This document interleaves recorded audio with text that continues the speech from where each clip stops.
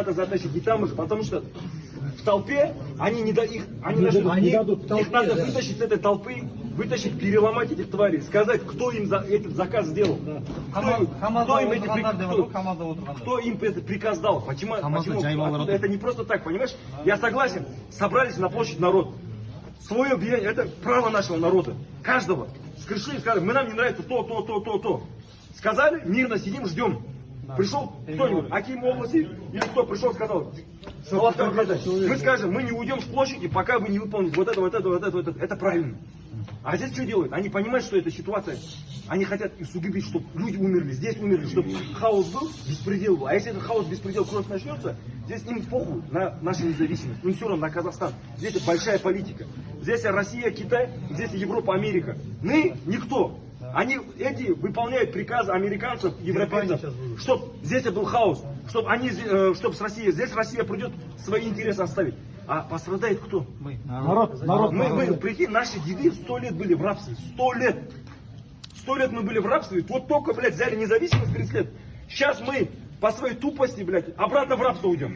Ахи, но нельзя забывать, что те, кто вышел, начиная с западного Казахстана, это люди на самом деле обедневшие. Нет, но просто ими воспользуюсь. Нет, я это не забываю, я тебе к чему говорю. То, что это да, ну провокация, понимаешь? Согласен, Они воспользуются. Почему, знаешь? Потому что лидера нет.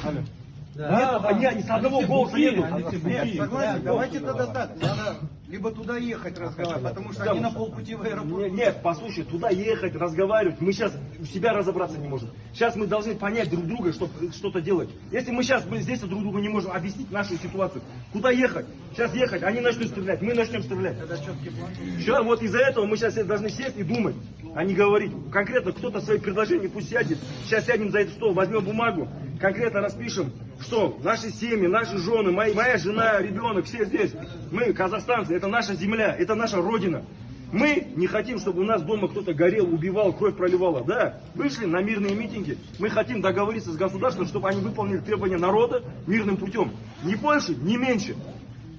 Вот наши основные требования. Теперь давайте, у кого есть знакомые, братья, всех сюда собирайте.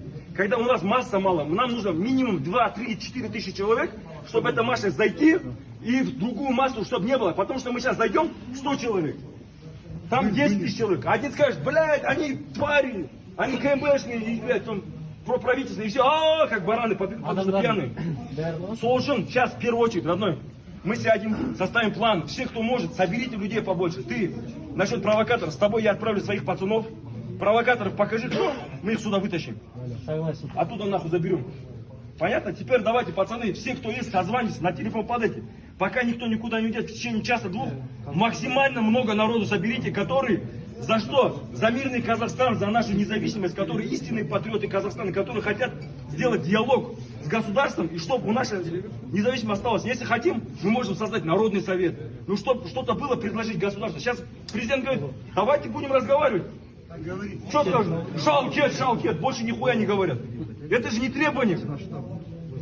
Это лозунг Аблязова, это Аблязов Гондон специально делает. Он не говорит, дайте народу улучшение жизни, спешите кредиты, спешите утилизационный сбор. Он говорит, нет, один лозунг, шалкет.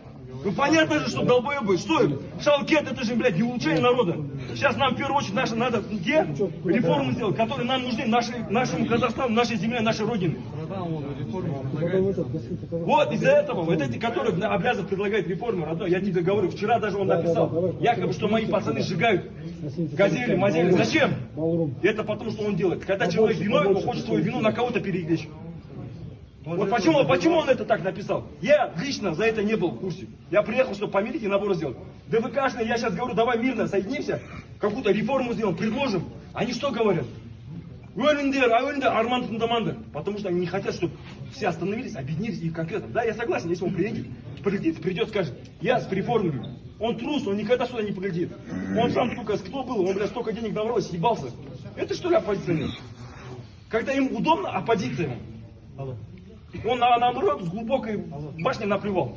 Давайте, наверное, тогда на самом деле сейчас давайте отзваниваться и все, пацаны, давайте.